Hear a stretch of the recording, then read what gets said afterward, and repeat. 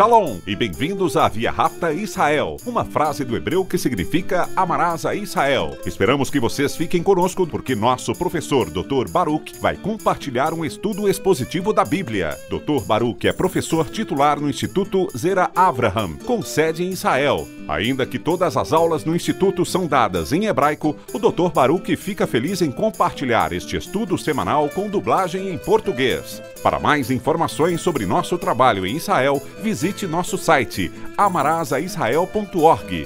Fiquem agora com o Dr. Baruch e a aula de hoje. A wise one always agrees with God. Aquele que é sábio sempre concorda com Deus e sabe que a orientação de Deus nos leva à sua vontade. Quando fizermos a sua vontade, receberemos a sua provisão, pois Ele vai agir em nossas vidas e em nossas questões para que a bondade de Deus se manifeste em nós e através de nós para que o ministério possa acontecer. Existe uma relação intrínseca entre a fidelidade à Sagrada Escritura e a obra de Deus sendo realizada. Nós estamos estudando o livro de Romanos há vários meses.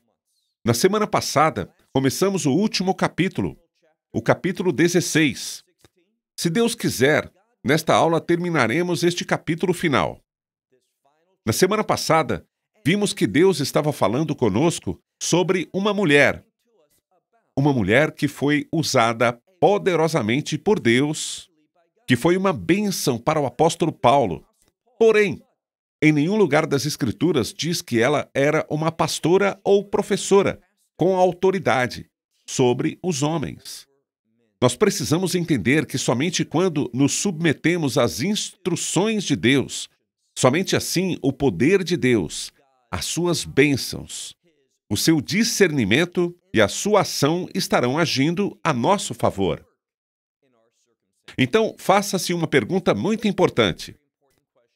Será que eu realmente quero que Deus haja em minha vida? Será que eu realmente quero ser conduzido à sua vontade? Ser levado até lá, para que Deus seja glorificado? Existe uma relação entre a glória de Deus e a obediência às Escrituras pelo seu povo. Agora, então, te convido a continuar comigo de onde paramos na semana passada. Romanos capítulo 16, começando com o versículo 17. Na verdade, a mesma mensagem de fidelidade às Escrituras está sendo mencionada neste versículo. Vamos lá? Paulo está falando e ele diz: Eu recomendo-lhes, irmãos. Irmãos, ou seja, irmãos e irmãs. Em outras palavras, crentes. Paulo quer recomendar-lhes, encorajá-los. E está usando para isso uma palavra que significa encorajar, a fazer a coisa certa. Fazer o que é adequado aos olhos de Deus. Neste contexto, a palavra encorajar pode não ser forte o suficiente. Apresenta um certo nível de exortação, pressionando-os, colocando neles grande motivação para fazerem a coisa certa. E você pode até perguntar: como eu sei qual é a coisa certa? A resposta é encontrada neste livro. A obediência às Escrituras me posiciona e me prepara para fazer a coisa certa. Agora, observe o que diz aqui no versículo inteiro. Eu lhes exorto, irmãos, a fazer algo, a tomarem cuidado. A palavra usada em português dá a ideia de definir algo e significa estar atento. Prestar atenção várias vezes ao que é ameaçador. E nós sabemos de uma coisa. Nós sabemos que temos um inimigo. E esse inimigo quer trazer adversidades para a nossa vida. Ele é um acusador e quer que tenhamos vergonha em nossa vida para que então recebamos o castigo de Deus. Mas Deus é bem diferente. Deus nos ama. Ele não quer que experimentemos adversidades. Ao contrário, Ele quer que tenhamos uma vida de abundância, tanto neste mundo quanto no mundo que há de vir, ou seja, no reino de Deus. Ele quer nos abençoar, Ele quer que sejamos recebedores de suas promessas. Mas, novamente, a única maneira de nos tornarmos recebedores das promessas de Deus, das bênçãos de Deus, é se nos encontrarmos fazendo a vontade de Deus e também fazendo o que Ele gostaria que fizéssemos. Mais uma vez eu pergunto, e como eu saberia o que são essas coisas? Somente pelas Escrituras. É por isso que tão frequentemente esse inimigo ataca a autoridade. O fato é que não há erros neste livro, que ele é um livro sagrado, um livro que revela a verdade de Deus. Então Paulo diz, eu lhes exorto, irmãos, a tomarem cuidado com... Essa é uma palavra que implica em cautela. Mas em relação a quê? E ele diz, com divisões. Agora, aqui vemos um problema. Nós encontramos unidade na obediência às Escrituras. Mas quando as pessoas dizem coisas como, sabe, é assim que você entende, mas eu tenho uma verdade diferente, eu vejo as coisas de uma maneira totalmente diferente. E eu não levo tudo ao pé da letra na Escritura. Quando as pessoas têm esse tipo de atitude, você sabe o que vai acontecer? Haverá exatamente isso, divisões. Mas observe que o versículo não fala simplesmente sobre divisões. Veja o que vem a seguir, que é de onde se origina a palavra escandaloso. Existe uma relação entre a palavra escândalo e vergonha. Quando há um escândalo, alguém fica envergonhado, sente vergonha. O que acontece é que quando não observamos a palavra de Deus como sua autoridade para a nossa vida, quando não abordamos as Escrituras como a verdade de Deus, conforme exigido para obedecê-la e interpretá-la literalmente. Quando não fazemos isso, o resultado será a divisão. E essa divisão vai provocar atividades escandalosas. Somente em obediência à palavra de Deus encontramos elementos como pureza, santidade e bondade de Deus, coisas que são virtuosas. Mas quando fazemos do nosso jeito, negando a autoridade das Escrituras, nos rebelando contra as instruções das Escrituras, escândalos virão. Ele continua aqui, e observe que a ordem das palavras é muito diferente aqui do que na sua Bíblia. Estou olhando para o texto em grego e ele fala sobre aqueles que, ao ensinamento que vocês têm recebido. Então Paulo diz, você foi ensinado corretamente, mas pelo ensinamento que você foi ensinado. Existem pessoas que querem fazer o quê? Existem pessoas que estão fazendo você desviar e que estão desviando você dessa verdade, dessas coisas que você aprendeu, dessas coisas que são biblicamente corretas. Então, há sempre essa possibilidade. Onde quer que a palavra de Deus seja proclamada com precisão, isso atrairá o inimigo. Ele vai querer agir para trazer uma mudança. Ele vai querer que essa verdade seja deixada de lado, que seja alterada.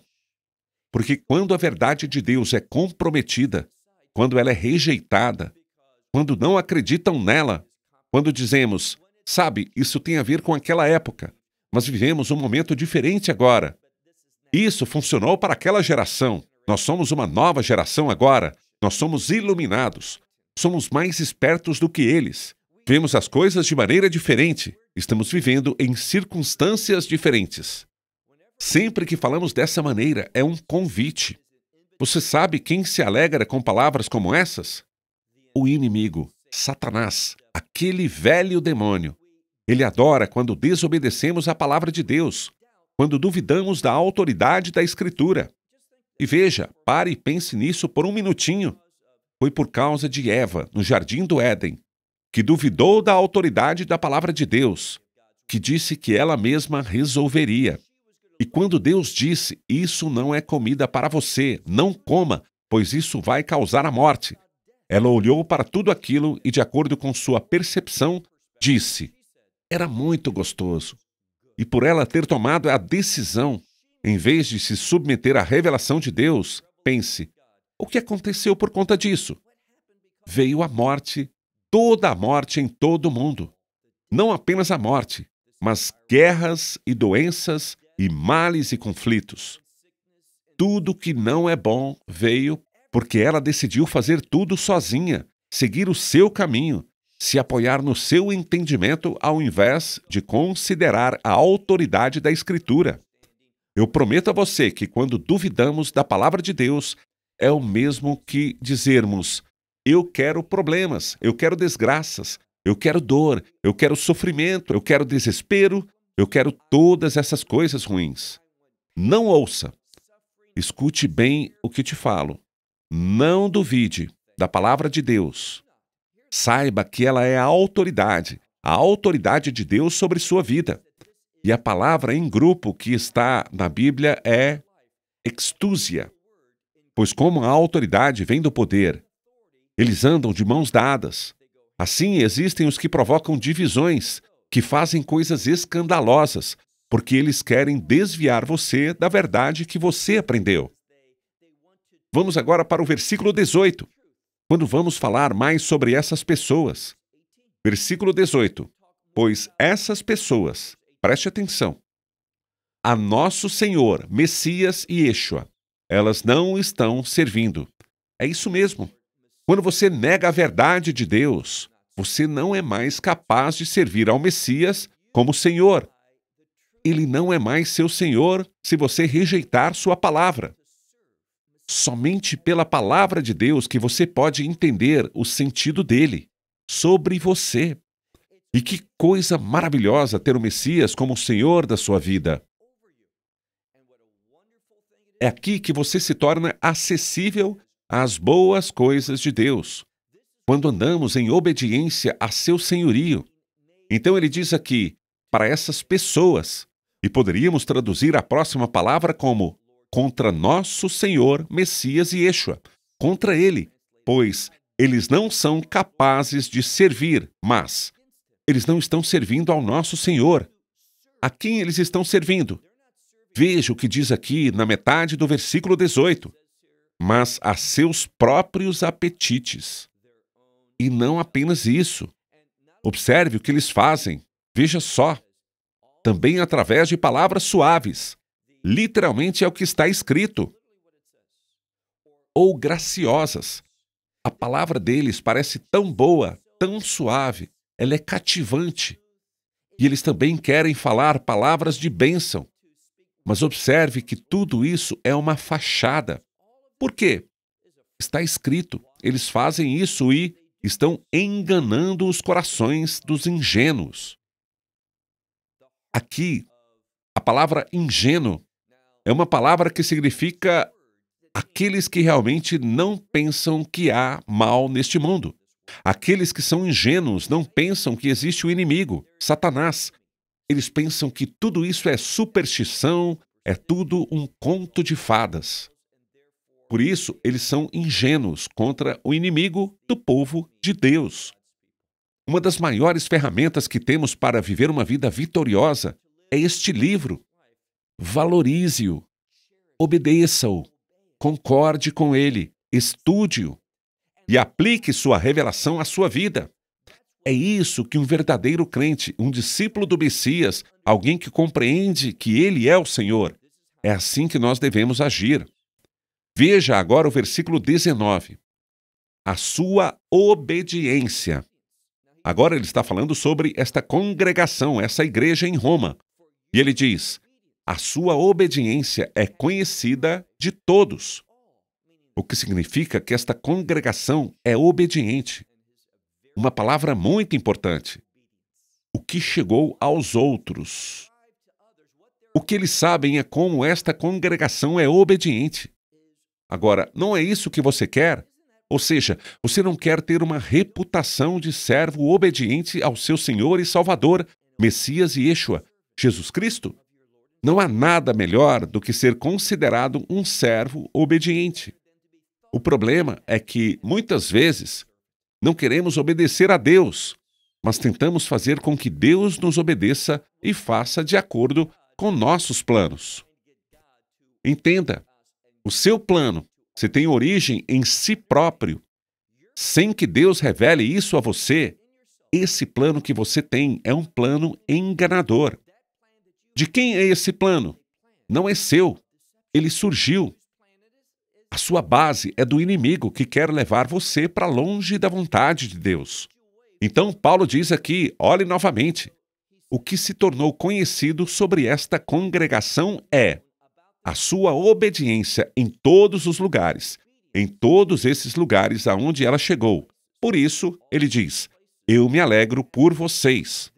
Além disso, ele diz: mas quero que vocês, ele diz, sejam sábios em relação às coisas boas. Sejam sábios.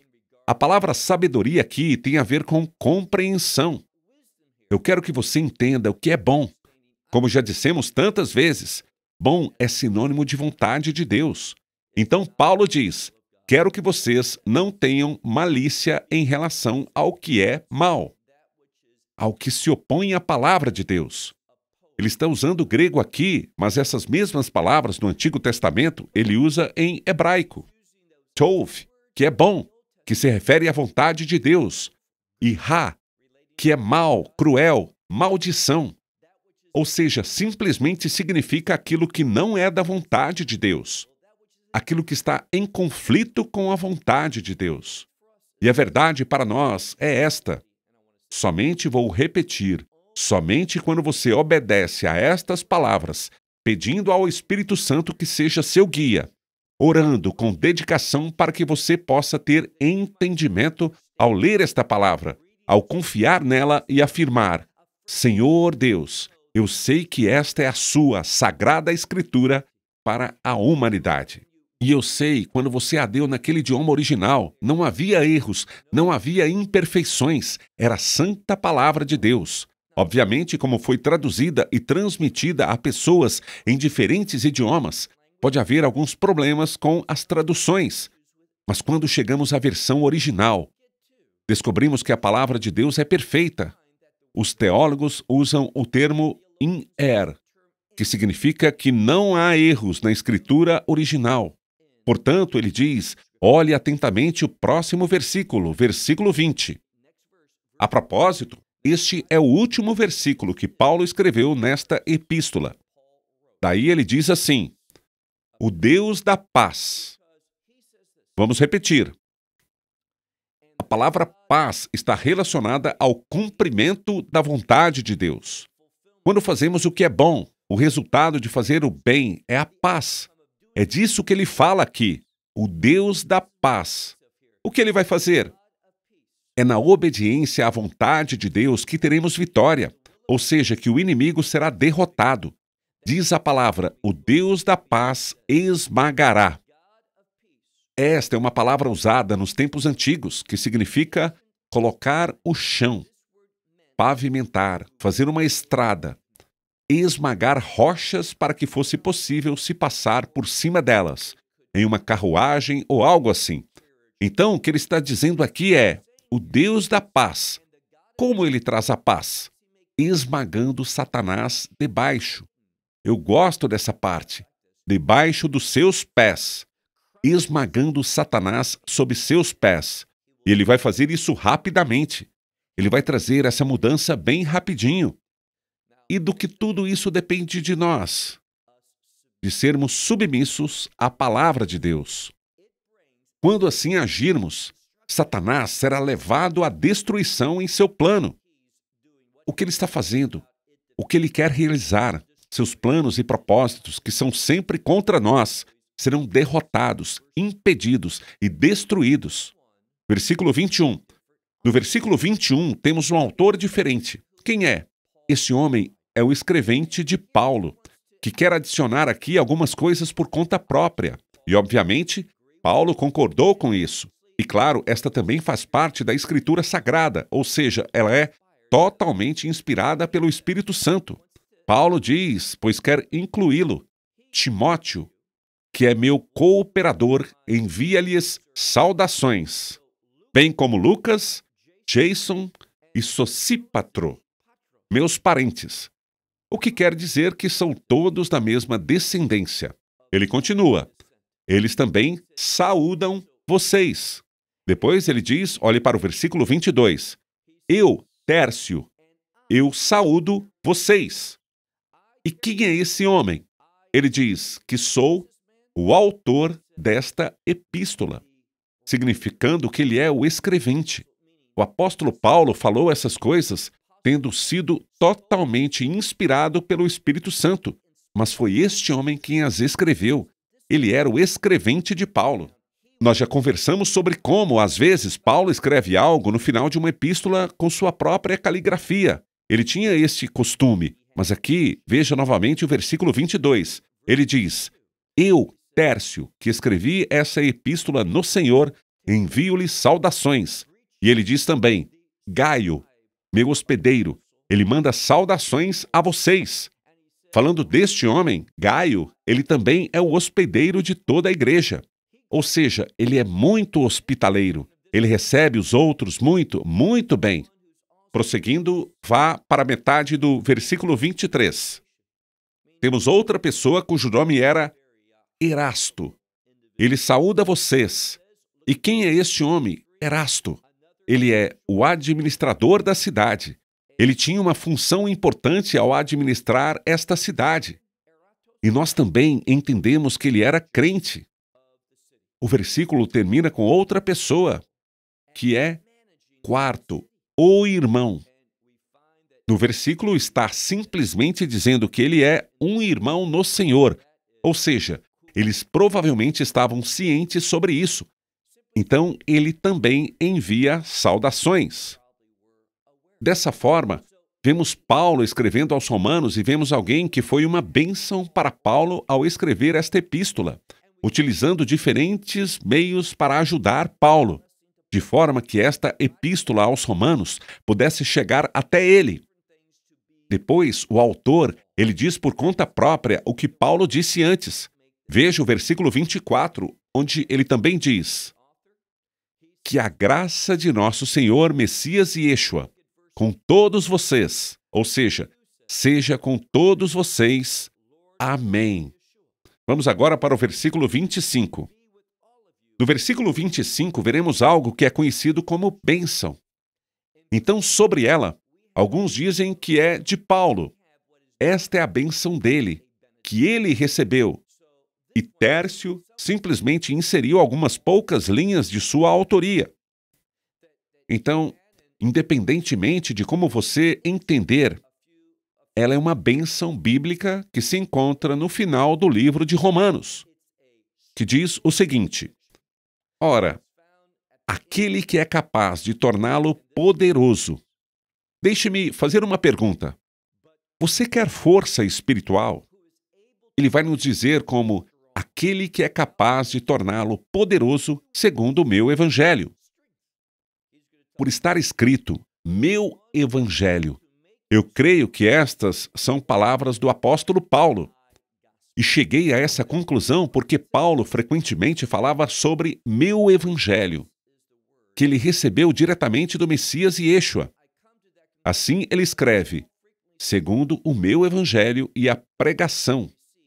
O foco do evangelho, o verdadeiro evangelho é sobre a pregação do Messias Yeshua, que pregou, revelando sua personalidade, revelando quem ele é, o Filho de Deus, e também a sua obra como Redentor, conforme a revelação do mistério.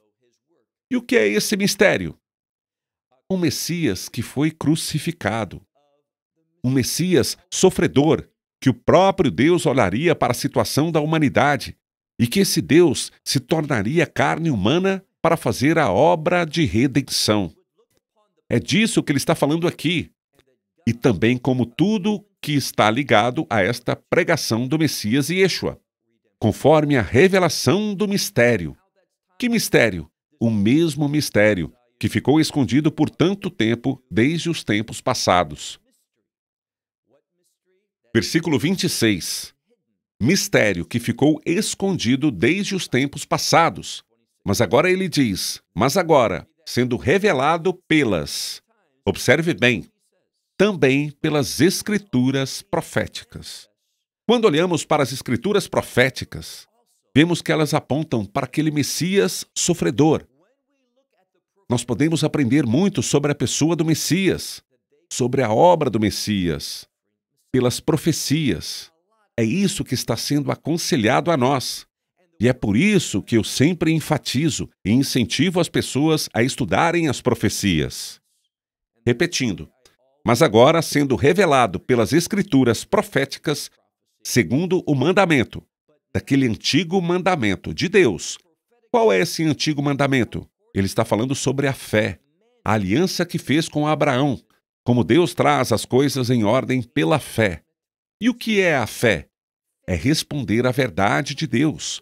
Fé e verdade. Nós já falamos muito sobre isso, elas andam juntas. Então, o eterno mandamento de Deus preste atenção, o que é importante para Deus? Somos salvos pela graça, porém, ele diz, para a obediência da fé. Isso nos diz que a fé traz obediência à vida de uma pessoa. Então, existe uma verdade profética. Ela estava escondida, mas agora foi revelada perfeitamente no Messias Yeshua.